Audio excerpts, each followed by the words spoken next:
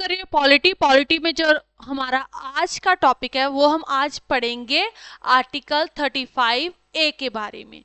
Article 35 ए है क्या, इसमें क्या है? जैसे हमने आर्टिकल जो है 370 पढ़ा है, तो उसी से रिलेटेड जो है अगर हम बात करें जम्मू कश्मीर के जो है प्रोविजन के साथ जुड़ा हुआ ये इंपॉर्टेंट जो है प्रोविजन है। ठीक है, तो ये जो है आर्टिकल 35 ए, इसके बारे में हम करते हैं।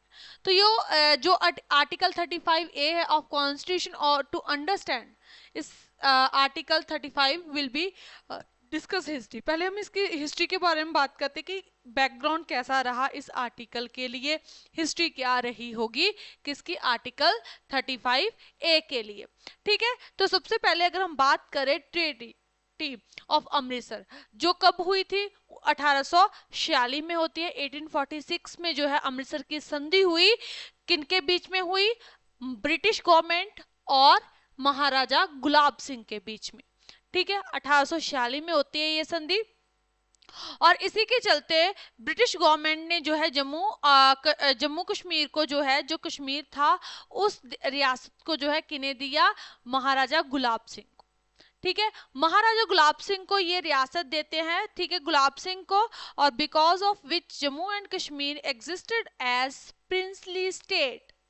Okay, what is the difference being and princely state? अगर हम बात करें डिफरेंस क्या होता है प्रिंसली स्टेट में, तो जो प्रिंसली स्टेट है, ठीक है ना, यहाँ पे अगर हम बात करें तो ये क्या है, प्रिंसली स्टेट जो होता है वो होता है स्टेट सब्जेक्ट। आप समझते हो ना, हमने जो है कॉन्क्रीट लिस्ट की है, हमने जो है सब्जेक्ट लिस्ट है, यूनियन लिस्ट पढ़ी है, तो ये उसमें जो है जो प्रिंसली स्टेट है ये जो है किस लिस्ट में, ये किस लिस्ट का सब्जेक्ट है, तो ये है स्टेट लिस्ट का जो है सब्जेक्ट है। ठीक है, सीधी बात है, ये स्टेट सब्जेक्ट है।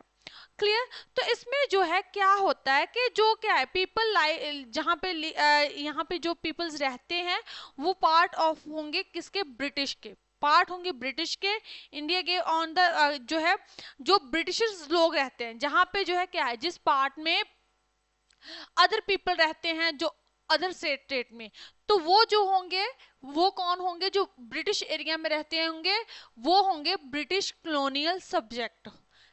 ओके, तो उन्हें हम जो है क्या कहते हैं? जो अदर मतलब एरियाज में रहते हैं, अदर पार्ट में रहते हैं भारत के, तो उस समय जो है प्रिंसली स्टेट होते थे और ब्रिटिश एरिया होते, जब अंग्रेज थे यहाँ पे। हम 1846 की बात कर रहे हैं, 1846 की बात कर रहे हैं।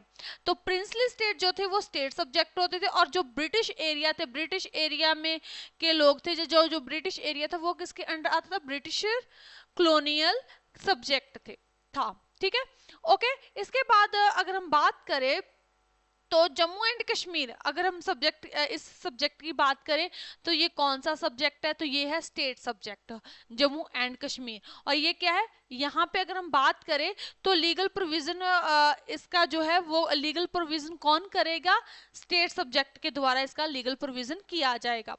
ठीक है, these provisions were made between, कहाँ से लेकर कहाँ तक इसका जो है कि कौन करेगा इसका प्रोविजंस कौन करेंगे? स्टेट सब्जेक्ट के द्वारा। लीगल प्रोविजंस होंगे इसके कब से लेकर कब तक? जो अगर हम बात करें इसमें 1912 से लेकर 1932 तक के समय के। ठीक है, जैसे कि अगर हम बात करें जो है heredity state subject order of 1927, ठीक है, 1927 हेरिडिटी स्टेट जो सब्जेक्ट ऑर्डर के तहत जो है इनका प्रोविजन होगा। ठीक है ना, says all the state subject, ये सारी के सारी क्या होंगे? जो है स्टेट सब्जेक्ट होंगी, और राइट टू गवर्नमेंट ऑफिस, यहाँ पे क्या होगा? राइट टू गवर्नमेंट ऑफिस होंगे।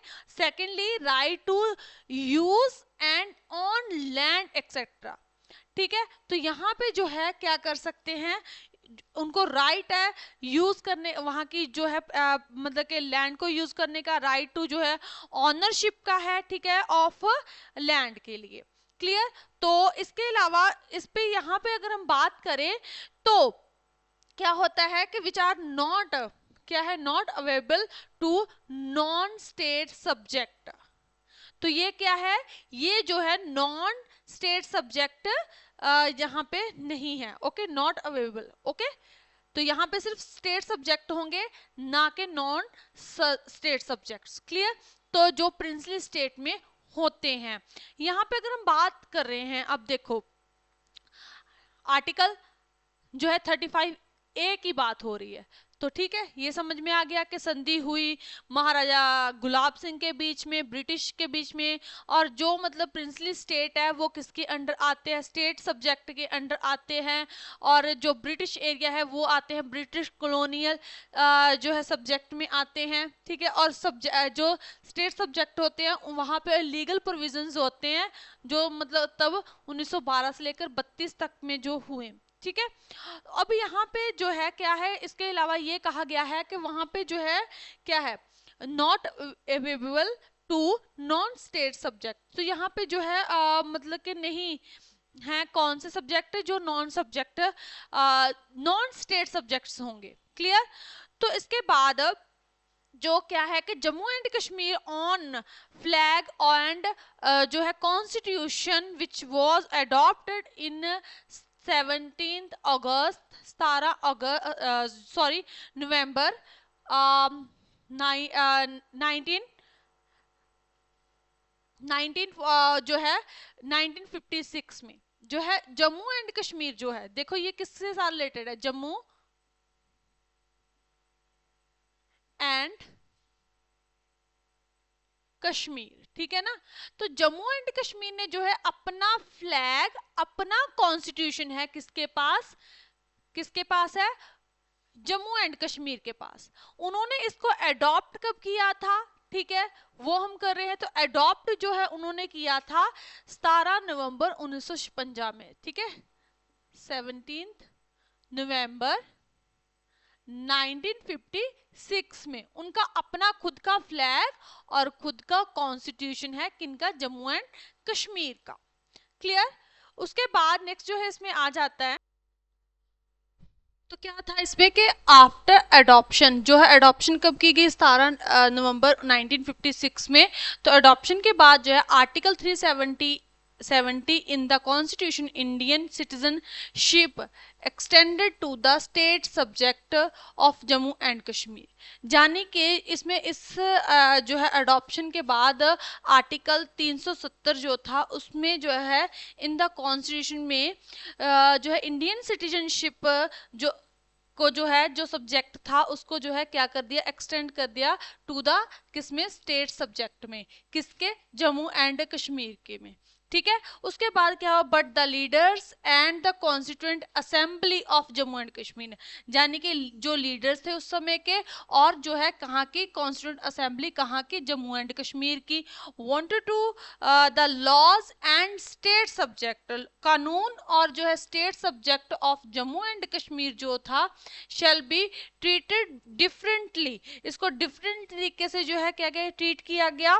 That's why the Delhi agreement, Delhi agreement किनके बीच में हुआ था, तो दिल्ली एग्रीमेंट हुआ था किसके बीच में, शेख अब्दुल्ला और गवर्नमेंट ऑफ इंडिया के बीच में हुआ था, ठीक है। तो वही वाला एग्रीमेंट हो गया, उसको जो हेल्प बिटवीन किसके बीच में हुआ था, Indian government and Sheikh Abdullah के बीच में, फ्रॉम विच आर्टिकल 370 केम, उसमें क्या कहा गया था कि जो जैसे इंस्ट्रूमेंट ऑफ असेशन जो था तो उसके बारे में जो है इनके बीच में होता है, मतलब उसकी जो शर्तें थी या उसके अंडर जो भी आता था आर्टिकल 370 जो था अगर हम बात करें तो उसमें उसके बारे में था। और जब इनके बीच में जो है मीटिंग हुई तो उस मीटिंग को कौन सा नाम दिया गया, दिल्ली एग्रीमेंट। किनके बीच में हुई थी, गवर्नमेंट ऑफ इंडिया के बीच में और शेख अब्दुल्ला के बीच में, जो कहाँ के लीडर थे, जम्मू एंड कश्मीर के लीडर थे, उस समय के पॉपुलर ही लीडर थे।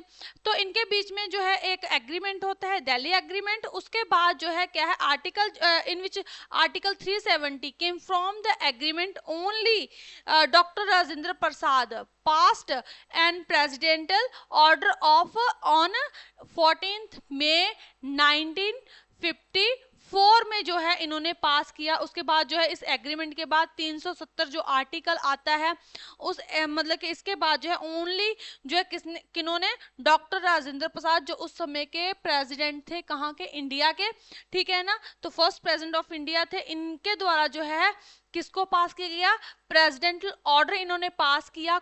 कब किया, 14 मई 1954 में। और इसी को जो है इसी के तहत क्या हुआ, जो दिल्ली एग्रीमेंट है, अब इसमें देखो क्या है, दोबारा देखो, जो क्या है दिल्ली एग्रीमेंट होता है, दिल्ली एग्रीमेंट जो है क्या है, the constitution application, application to Jammu and Kashmir, तो उस पर जो है क्या है लागू किया जाएगा, एप्लीकेबल किया जाएगा। और कौन सा था, द कॉन्स्टिट्यूशन ऑर्डर, जो प्रेसिडेंटल ऑर्डर था, ठीक है। तो प्रेसिडेंटल ऑर्डर जो है कब आया था, 1954 में, किनके द्वारा लाया गया था, डॉक्टर राजेंद्र प्रसाद के द्वारा। अब जो इसमें इस ऑर्डर के तहत जो है क्या है, कॉन्स्टिट्यूशन में एक आर्टिकल आता है, आर्टिकल 35A। तो आर्टिकल 35A जो है इस हमारे कॉन्स्टिट्यूशन में आता है, इसमें क्या कहा गया, इस ये जो है क्या है, जो आर्टिकल 35A है ये स्टेट सब्जेक्ट पे है, ठीक है, स्टेट सब्जेक्ट में आता है। और इसमें क्या कहा गया, आर्टिकल 35A डिफाइन करें अगर हम इसको, तो the rights of state subjects permanent resident, तो इसमें क्या आएगा, स्टेट सब्जेक्ट है, तो इसमें क्या है, ये किसको डिफाइन कर रहा है, परमानेंट रेजिडेंट्स को, ठीक है, ऑफ जम्मू एंड कश्मीर। तो इसमें क्या होगा कि जैसे जम्मू एंड कश्मीर के जो परमानेंट रेजिडेंट होंगे उनको जो है ये मतलब कि आर्टिकल 35 के अकॉर्डिंग क्या है, उनको जो है प्रोवाइड करवाए जाएंगे, उनको एम्प्लॉयमेंट दिया जाएगा अंडर द स्टेट गवर्नमेंट के द्वारा, ठीक है। उसके बाद जो है मूवेबल जो है क्या है, movable property in the state कर सकते हैं वो, settlement in the state and scholarship उनको दी जाएगी, ठीक है, सेटलमेंट के लिए जो है करेगी उनकी स्टेट करेगी, ठीक है ना, सेटलमेंट इन द स्टेट में, और स्कॉलरशिप्स दी जाएंगे and aids from the state government. तो ये सारा कुछ कौन प्रोवाइड करेगी, स्टेट गवर्नमेंट के द्वारा प्रोवाइड करवाया जाएगा उनको, ठीक है। तो इसमें जो है क्या है कि ये जो आर्टिकल 35A है, इसमें जो है क्या है कि जैसे बात हमने पहले की, इसमें जो है क्या है, ये जो किसके बीच में, शेख अब्दुल्ला और जो इंडियन गवर्नमेंट के बीच में दिल्ली एग्रीमेंट होता है, उसके बाद डॉक्टर B.R. अम्बेडकर एक जो है ऑर्डर पास करते हैं, उसमें जो है किसके बारे में बात की, यानी कि जो आर्टिकल 35A है वो किस में से निकल के आया, वो किस में से आया, आर्टिकल 370 में से, ठीक है, 370 में से आर्टिकल जो है 35A आता है, ठीक है। बाकी जो है हम इसके बारे में कल करेंगे, ओके।